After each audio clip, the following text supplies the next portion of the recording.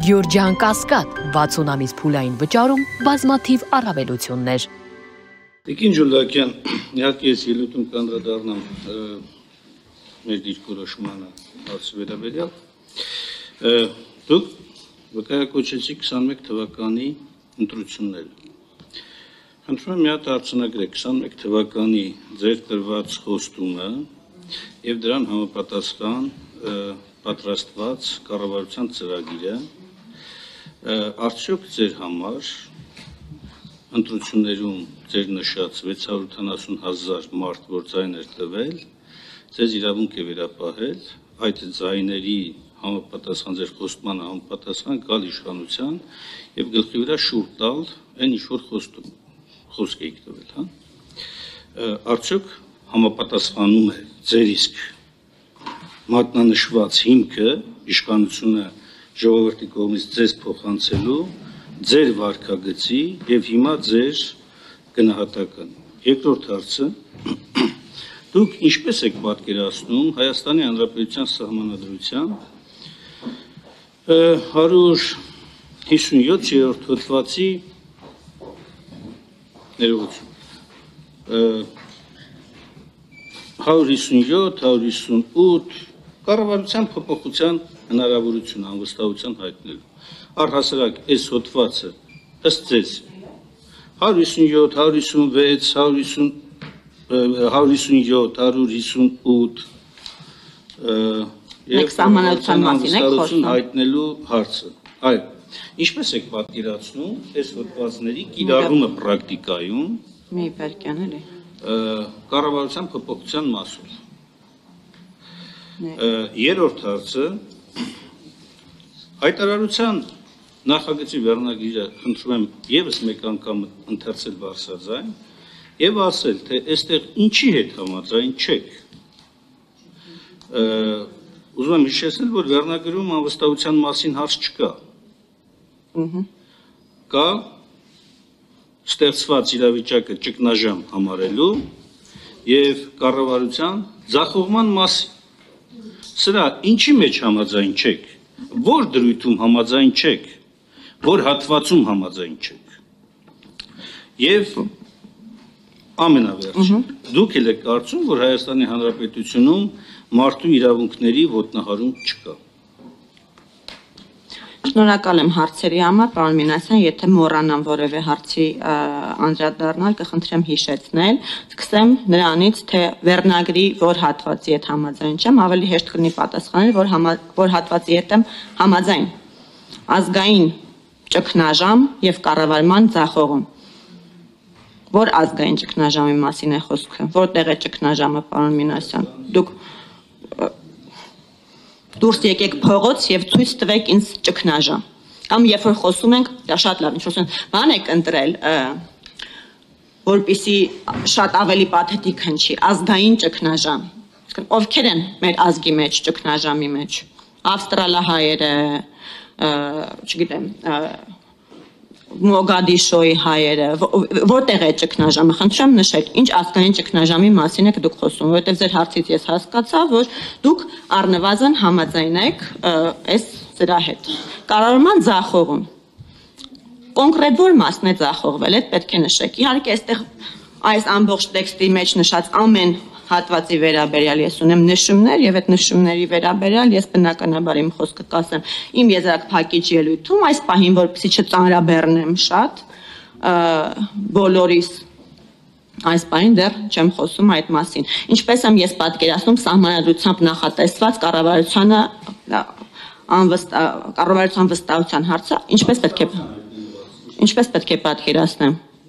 Այնպես ինչպես գրված է, բայց եթե խոսում եք վարչապետին անվստահություն հայտնելու մասին, պատկերացնում հետևյալ կերպ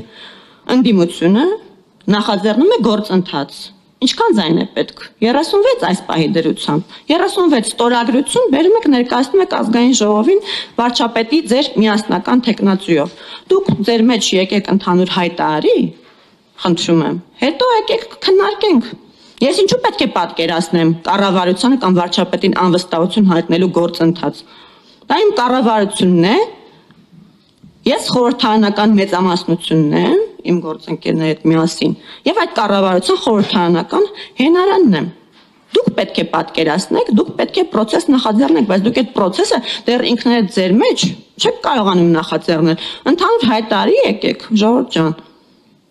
Ներկայացրեք, բավարար ձայներ ունեք այդ դիմում ներկայացնելու։ Գրությունը համապատասխան ներկայացնելու համար բավարար ձայներ ունեք։ Ներկայացրեք, եկեք քննարկենք։ Մեր պատկերացումները ձեզ ինչու են հուզում այդ առումով։ Մյուս հարցը մոռացա կներեք, հիշեցեք, հա,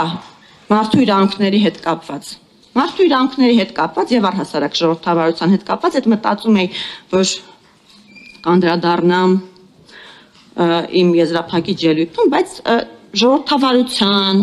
մարդու իրավունքների, կոռուպցիայի դեմ պայքարի վերաբերյալ մեր պատկերացումները նրանք վերացական բաներ չեն։ Այլ զեկույցներում միջազգային արտահայտված կոնկրետ ցուցանիշներ։ Եվ այդ ցուցանիշները շատ խոսուն են, պարոն Մինասյան։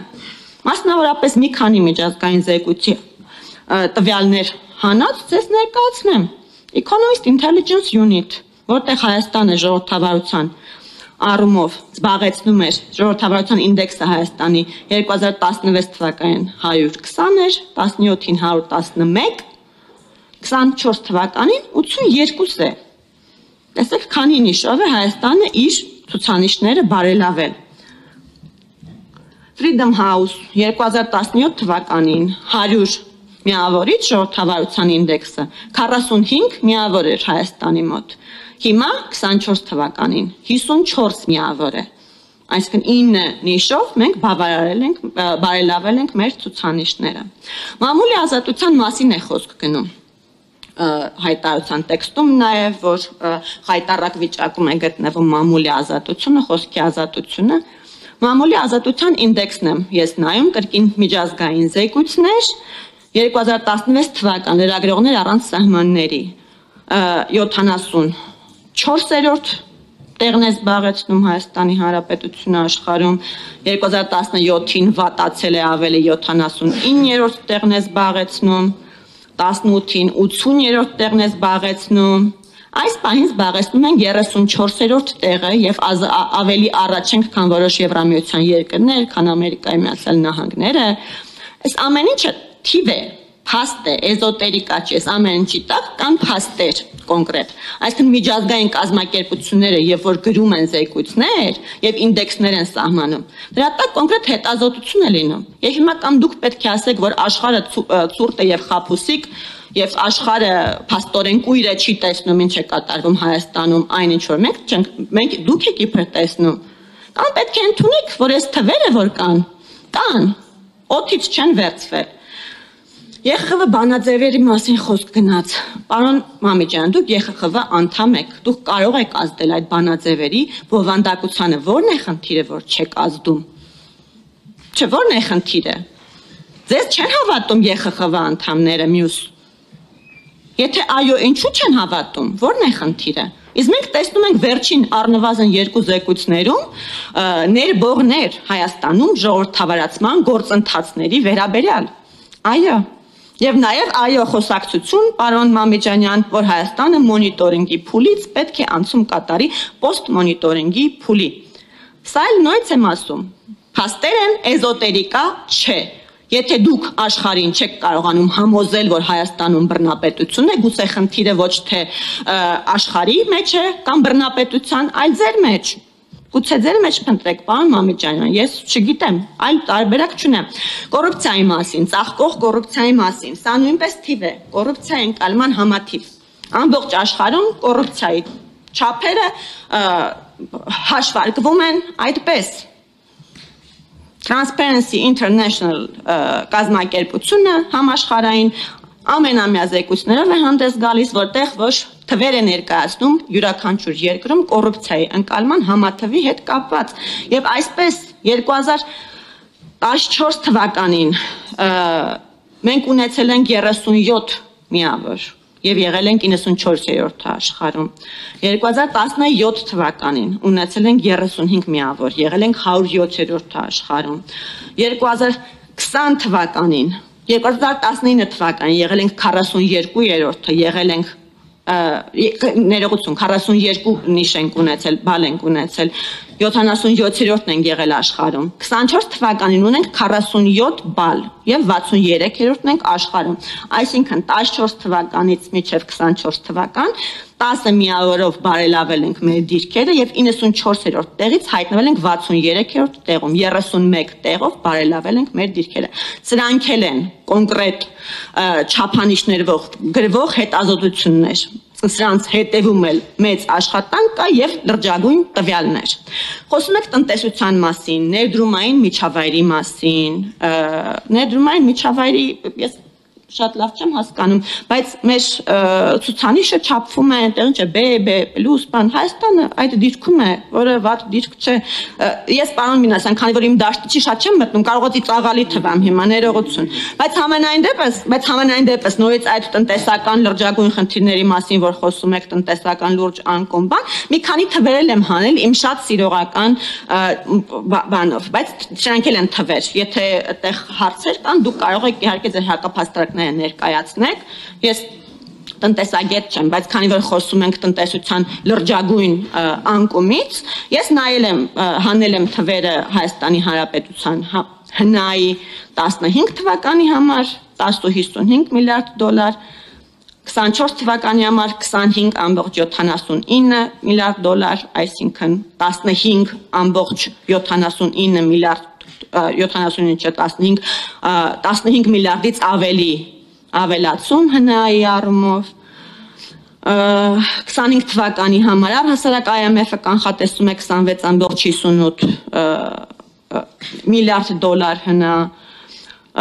մեկ շնչին ընկնող ՀՆԱ-ի առումով 2015 թվականին ունեցել ենք 3512 դոլար 24 թվականին ունենք 8382 դոլար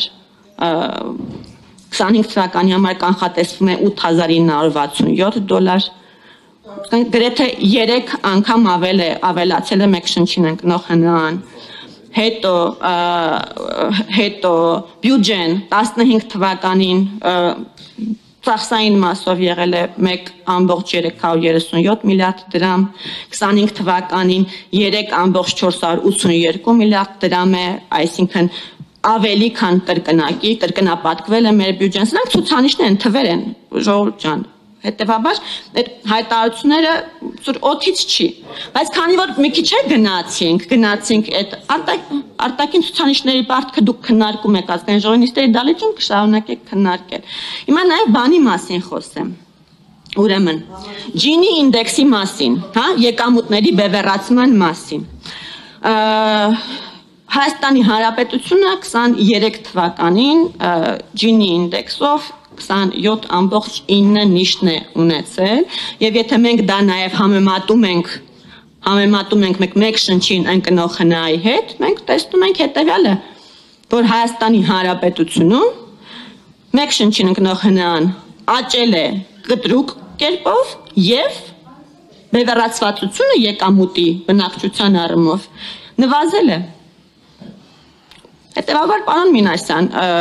մենք կարող ենք իհարկե դու կարող եք ասել, ձախողվել է, այս ինչը, այն ինչը եւ այլն, բայց կան թվեր, որոնց դեմ մենք չենք կարող պայքարել։ Ես առաջարկում եմ բարձրապես մարդկանց չասել բաներ, որոնց մասին իրենք շատ լավ գիտեն եւ հասկանում են, որ իրականությանը չհամապատասխանող տեղեկություններ եք տալիս։ Դա է գուցե պատճառը, որ մարդիկ չեն կանգնում ձեր կողքին, բայց այս դեպքում պարոն Մամեջյանի կողքին դեռ նախագիծը իրենցն է, բայց քանի որ հարցը դուք եք տվել դրա համար եմ ձեզ ասում։ Կառավարության ծրագրի առումով, կառավարության ծրագրի ուրեմն մասը Հայաստանի եւ տարածաշրջանի համար խաղաղ զարգացման դարաշրջան բացելը արտահերթ ընտրությունների արդյունքներով ժողովրդի առաջ կառավարության ստանձնած մեծագույն առաքելությունն է։ Կառավարությունը գիտակցում է, որ այս խնդրի լուծումը կախված չէ միայն Հայաստանի Հանրապետությունից, այլև տարածաշրջանի մյուս երկրների կեցվածքից եւ ցանկությունից։ Հայաստանի Հանրապետության կառավարությունը ստանձնում է տարածաշրջանի համար խաղաղ զարգացման դարաշրջան բացելու իր բաժին անելիքն ու պատասխանատվությունը։ Կառավարության ծրագրի գլխավոր առաքելությունը այստեղ նշված է եւ մեր քարոզարշավի հիմնական թեզը։ Դուք գուցե կարող եք ասեք, որ դուք ձախողել եք Պողպատյան մանդատը իր ամբողջ խստությամբ գործի դնելու։ Մանդատը այդտեղ գուցե այդ քննադատության հետ համաձայնվե, բայց մնացածը պարոն Մինասյան ոչ։ Շնորհակալ եմ ինձ երկար լսելու համար։ Արձագանք եմ։ Ես պարզապես հիշեցնեմ, բոլոր հնաբնակներին, որ հետո ինչ ասեք, ռեգլամենտ չեք պահում, որ խոսալու բացի ասում։ Ես ուզում եմ նաև մեր հանրությունը լսի, առաջին անգամ լսում ենք նոր փաստարկ, նույնիսկ Նիկոլ Փաշինյանը դες փաստարկ չէր բերում, որ դուք հենց հիմա այս վերջին ձեր խոսքով ասեցիք, որ դուք կատարում եք կառավարության ծրագիրը։ Ըստ էության կառավարության ծրագիրն են կատարում ժողովուրդ։ Սիրելի ժողովուրդ, այս մարդիկ կատարում են կառավարության ծրագիրը։ Փաստորեն է, որ 21 թվականին ձեզ ասել են, որ մենք դիգանք դեօկուպացիայի անենք Շուշին, Հադրութը, որ Արցախի հարցը առանց ձեր մասնակցության չի կարող, ԵԱՀԿ Մինսկի շրջանակներում միակ լուծման տարբերակն է միջազգային ձևաչափով եւ այլն, այդ բոլորը երազում ենք մենք տեսել։ Փաստորեն կառավարությունը դա եկել ու իրականացրել է, սա եք ասում դուք։ Այսինքն դուք կառավարության ծրագրով տրված խոստումը,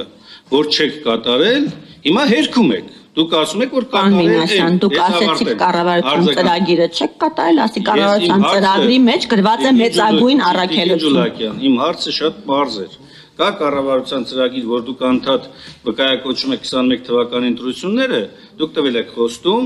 սևով սպիտակի վրա գրել եք մտքեր, գործողություններ, ծրագրեր, եկել եք այստեղ, հիմա դուք փաստորեն ժողովրդին ասում եք, որ կատարել եք այդ ծրագիրը։ Ես այսպես հասկացա ձեր վերջին խոսքից։ Այսինքն ինչ որ ընդ գրված է, ժողովուրդ, ընդ որ գրված է դա կապ չունի, կառավարությունը իր ծրագիրը կատարել։ Մինչև այդ Նիկոլ Փաշինյանը ճիշտ ասած այլ բաներ ասում։ Ասում են, եթե մենք ձախողել ենք ծրագիրը, բան չի հեղափոխություն չեն անում։ Այսինքն, հիմա շարունակությանս մեջ, շարունակության մեջ, դուք չանդրադարձեք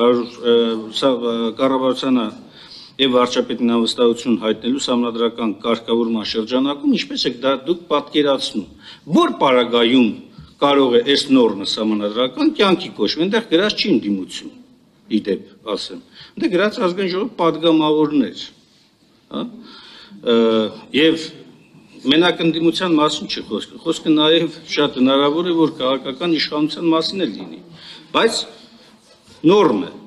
այս նորմի պրակտիկ կիրառումը դուք ինչպես եք պատկերացնում։ Իմ հարցը սա էր, պրակտիկ գործադրումը ո՞նց եք պատկերացնում։ Թե ձեր համար, եթե կա վարչապետ, ուրեմն ինքը հավետ է։ Թե ինքը ենթակա է փոփոխության, եւ եթե ենթակա է փոփոխության, որ պայմաններում է ենթակա փոփոխության, ինչ պարամետրեր կլինեն ըստ ձեզ, որ համանդրական այս նորմը գործի, իմ հարցի էությունը սա էր։ Որը դուք ուղղակի չպատասխանեցիք, վանչարեցիք, անցակ գնացիք։ Եվ վերջինը, դուք մատնանշում եք եւ վկայակոչում եք որոշ ցուցանիշներ, որոնք ոչ միայն ով որ ձեզ տվել է ցուցանիշները, իրենց ասեք, որ ամբողջական վերլուծություն տվեք, ոչ թե Մինասյան, ինձ ոչ ոք ցուցանիշ չի տալիս, ես ինքս երեք ուսումնասիրել եմ, երեք բացատրում եմ այստեղ ճիշտ ասած, բացատրում են այստեղ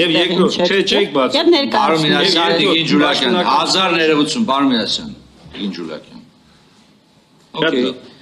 Իսկ սկսենք ջինի գործակիցը բացատրելուց, հետո կշարունակենք Պյութագորասի դեպքերը բացատրել։ Ես ավարտեմ իմ արձագանքի իրավունքները, Պարոն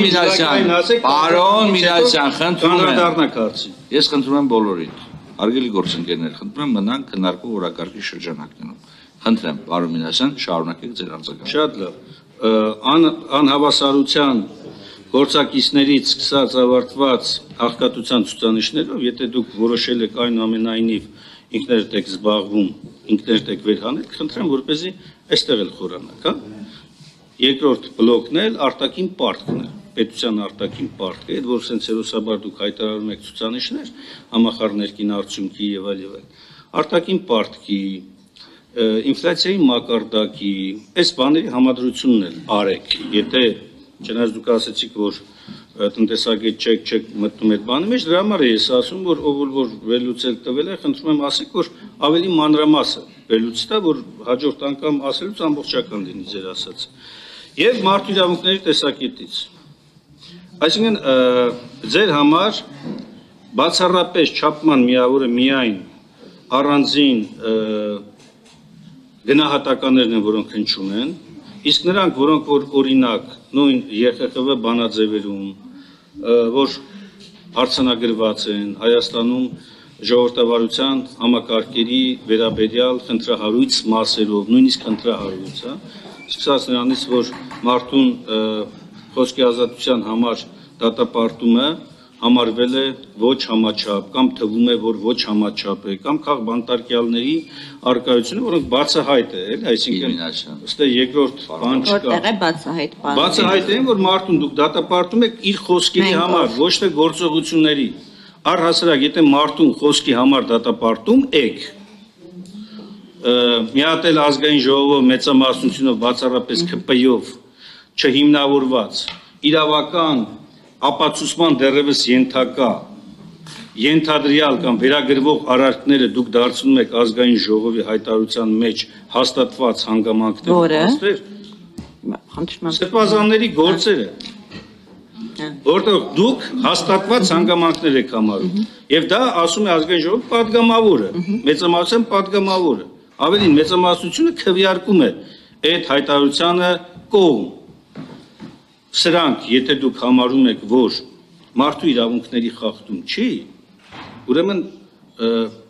չգիտեմ, ասենք միջազգային գնահատականները ինչպես պետք է լինեն էլի, այսինքն միջև անգամ դատական ակտի սպասելը դուք մարդուն վերագրվող արարքը համարում եք, որ ինքը դա արել է, եւ դա անում եք ոչ ավել ոչ պակաս ազգային ժողովի անունից հայտարարություն ընդունելով։ Սա փաստ է, սա չեք կարող հերկել, սա փաստ է։ Դուք հաստատել եք դրանով, որ իբր Բագրատ Սրբազանը եւ իր գործընկերները կամ մեր գործընկերները կամ ակտիվ հանրային մարդիկ իրենք կատարել են քրեորեն պատժելի արարքներ։ Դուք դա հաստատել եք ձեր հայտարարությամբ։ Հետևաբար սա մարդու իրավունքների ամենապարզ խախտումն է, միջև դատական ակտի դատարանով անձի մեղավոր ճանաչելը, դուք հայտարարում եք, որ անձը մեղավոր է ու վերջ։ Եվ վերջին դիտարկումը անեմ ձեր պատասխանի վրա։ Փաստորեն դուք հիմա հետ գալով ասում եք, որ ազգային ճգնաժամ հասկացությունը ձեր համար խորտ է,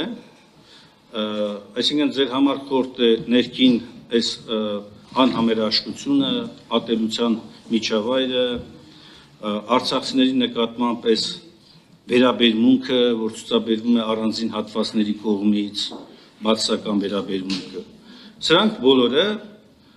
ձեր համար ազգայինի հետ կապ չունեն։ Ազգայինի հետ ձեր համար կապ չունի նաև Արցախի կորուստը,